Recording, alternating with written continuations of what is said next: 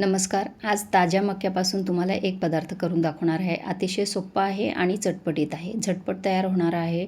तर त्यासाठी मक्का घ्यायचा आहे आणि अशा पद्धतीने त्याचे दाणे काढून घ्यायचे. आता हिरवी मिरची घेतली आहे, तर ही मोठी हिरवी मिरची आहे, मोठ्या साईजची. आणि त्यात अशा बारक्या हिरव्या मिरच्यासुद्धा येतात. जेव्हा आपण बाजारातून आणतो ना, तेव्हा त्यात लहान मोठ्या हिरव्या मिरच्या असतात. तर त्यातली बारकी हिरवी मिरची घ्यायची आहे.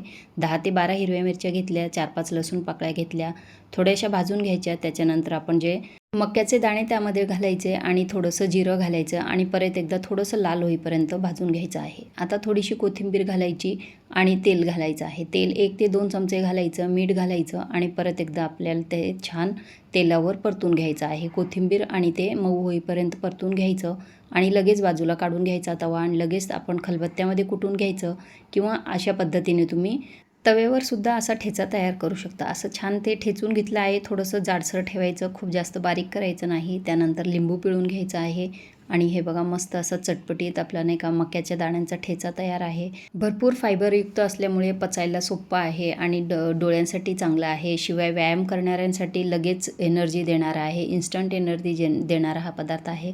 फक्त शुगर पेशंटने तो प्रमाणात खायला हवा, थोडाच खायला हवा.